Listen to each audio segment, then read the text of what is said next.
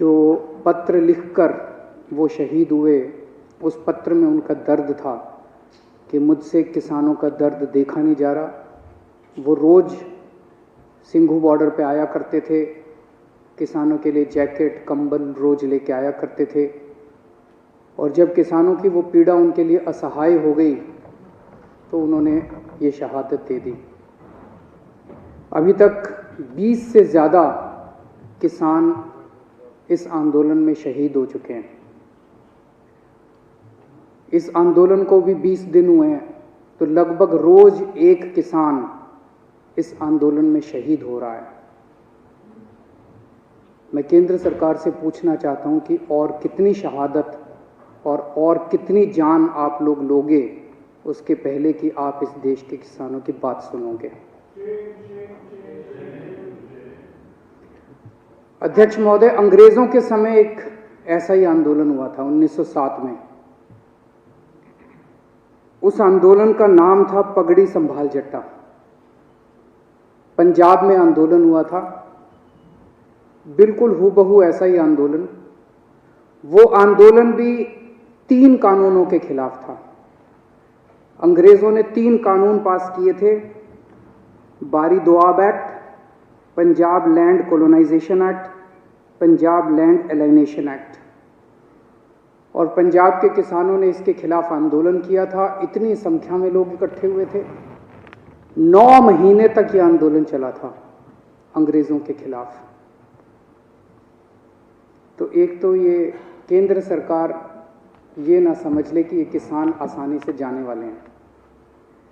उस आंदोलन की लीडरशिप की थी भगत सिंह के पिताजी ने, किशोरी सिंह जी ने, और भगत सिंह के चाचा ने, अजीत सिंह जी ने।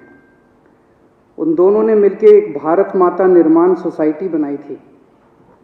उस सोसाइटी की लीडरशिप के अंदर वो आंदोलन हुआ था इन 3 कानूनों को खारिज करवाने के लिए। उस वक्त भी अंग्रेज सरकार ने कहा था थोड़े अमेंडमेंट कर देते हैं। कई राउंड्स ऑफ डिस्कशन हुए थे। अंग्रेज सरकार ने कहा कि इसमें थोड़े बदलाव कर देते हैं, लेकिन किसान डटे हुए थे कि हमें 3 कानून वापस करवाने हैं। और अंत में अंग्रेजों ने 3 कानून वापस लिए थे। मैं सोच रहा था कि भगत सिंह ने क्या इसी बात के लिए कुर्बानी दी थी कि जब देश आजाद होगा तो अपनी सरकारों के खिलाफ भी इसी किस्म से आंदोलन करने पड़ेंगे।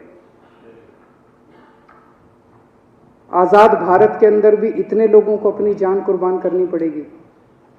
आज कितने किसान हमारे सिंघू बॉर्डर के ऊपर सुप्रीम सैक्रिफाइस दे रहे हैं। एक एक किसान भगत सिंह बन के वहां पे बैठा हुआ है। केंद्र सरकार कह रही है कि किसानों को कानूनों का फायदा समझ नहीं आता। तो केंद्र सरकार ने अपने सारे बड़े दिग्गज नेता, जितने बड़े बड़े इनके नेता हैं, उनको उतारा है कि समझाओ, और वो समझा रहे हैं। आज योगी आदित्यनाथ जी, जो भारतीय जनता पार्टी के बहुत बड़े नेता हैं, उत्तर प्रदेश के मुख्यमंत्री हैं, वो टीवी में आ रहा था, शायद बरेली में 20,000 किसानों की रैली उन्होंने की। उनको कहा गया भाई इन 3 बिलों के फायदे समझाओ, तो फायदे समझाने लगे वो। मैं सुन रहा था उनका भाषण। तुम्हारी जमीन नहीं जाएगी, ये फायदा है क्या? वो तो थी अभी तक, अब जाएगी नहीं, मतलब ये क्या फायदा है? तुम्हारी मंडी बंद नहीं होगी, ये फायदा है क्या? तुम्हारी मंडी बंद नहीं होगी, तुम्हारी जमीन नहीं जाएगी, तुम्हारा ये, अरे भैया ये तो था ही हमारे पास, फायदा क्या है? तो इनसे किसी से पूछ लो, ये भी इतने सारे बैठे हैं, किसी से पूछ लो, किसी भाजपा वाले से, कि फायदा क्या है? वो बता रहे हैं कि आ रहा हूं मैं, उस पर फायदा और नुकसान दोनों, नफा नुकसान बताऊंगा, चिंता ना करो। तो इनसे किसी से पूछो भाजपा वाले से फायदा क्या है, तो सारे जनों को एक लाइन रटा रखी है, किसान अब अपनी फसल पूरे देश में कहीं भी बेच सकता है। यही कहते हैं ना ये।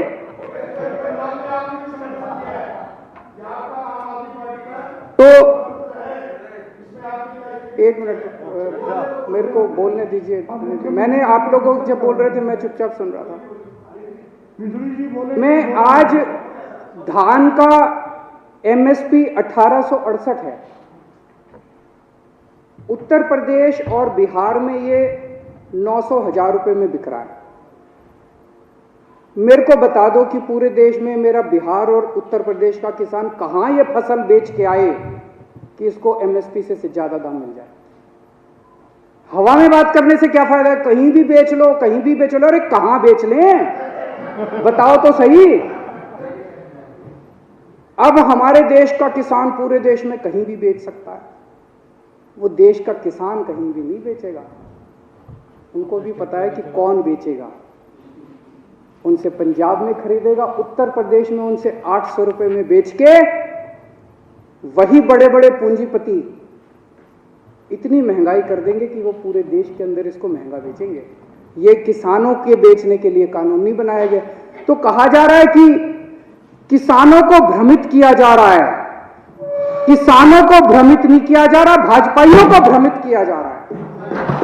सारे भाजपाइयों को अफीम खिला दी है और अफीम खिला के कह दिया ये रट के बस यही बोलो। मैंने आज पूरा भाषण सुना योगी आदित्यनाथ जी का, उनको भी नहीं पता इसका क्या फायदा है। वो पूरे भाषण में वो भाषण था इसी बात के लिए कि किसानों को बताना है कि इसका क्या फायदा है। आज सुप्रीम कोर्ट में केस था, कल भी था। हमारे वकील ने सुप्रीम कोर्ट में खड़े होकर कहा कि किसानों की मांगे जायज हैं, किसानों की मांगे मानी जानी चाहिए। केस इसलिए था कि दिल्ली के बॉर्डर के ऊपर किसान बैठे हैं, इसलिए ट्रैफिक की दिक्कत हो रही है। हमारे वकील ने खड़े होकर कहा जी इसके लिए केंद्र सरकार जिम्मेदार है। आज अगर अभी केंद्र सरकार 1 घंटे में इनकी मांग मान ले, धरना उठ जाएगा। धरना क्यों नहीं उठ रहा? धरना इसलिए नहीं उठ रहा केंद्र सरकार नहीं करने दे रही।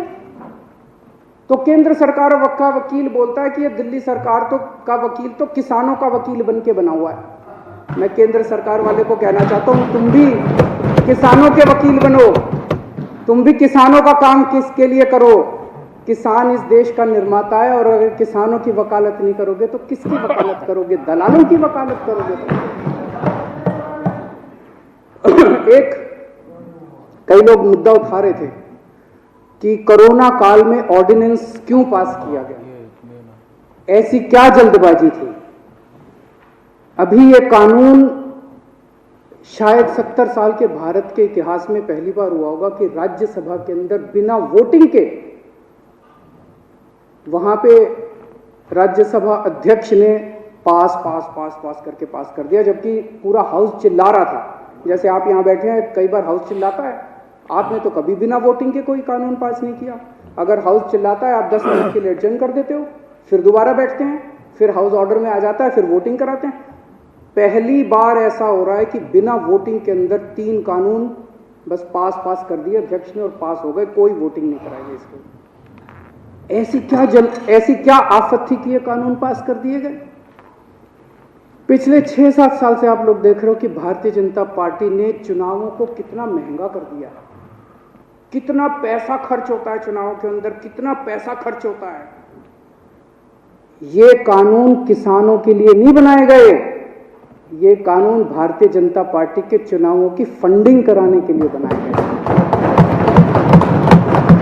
इसको ये देश जितनी जल्दी समझ ले, किसान तो समझ गए, बाकी देश भी जितनी जल्दी समझ ले उतना अच्छा होगा।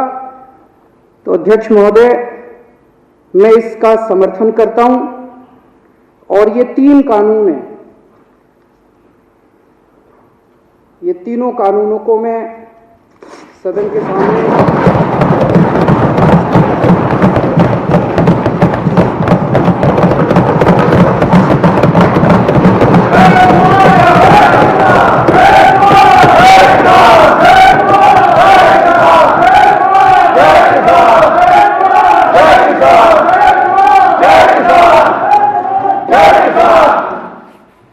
इन दोनों कानूनों को फाड़ते हुए मुझे बेहद दर्द हो रहा है।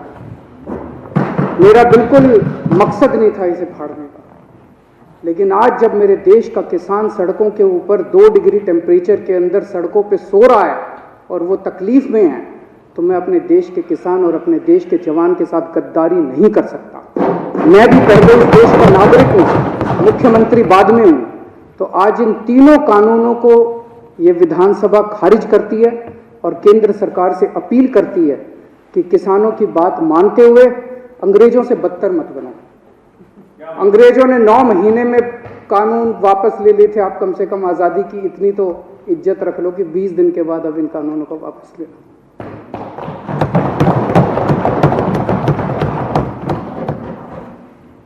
सदन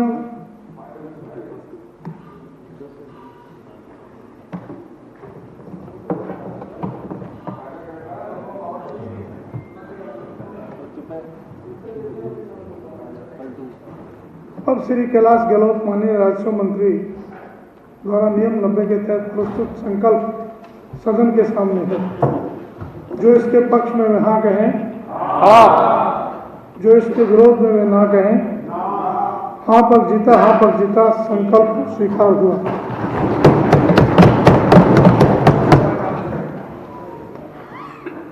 अब श्री चंद्र जैन जी माननीय ऊर्जा मंत्री कार्य सूची के बिंदु क्रमांक 2 में दर्शाए गए सभी दस्तावेजों की प्रतियां सदन पटल पर प्रस्तुत करेंगे। आदरणीय अध्यक्ष महोदय, मैं आपकी अनुमति से कार्यसूची के बिंदु क्रमांक 2 में दर्शाए गए दस्तावेजों की प्रति सदन पटल पर प्रस्तुत करता हूं। अब सदन की कार्रवाई 15 मिनट के लिए स्थगित होती है, फिर नेक्स्ट विषय पर चर्चा।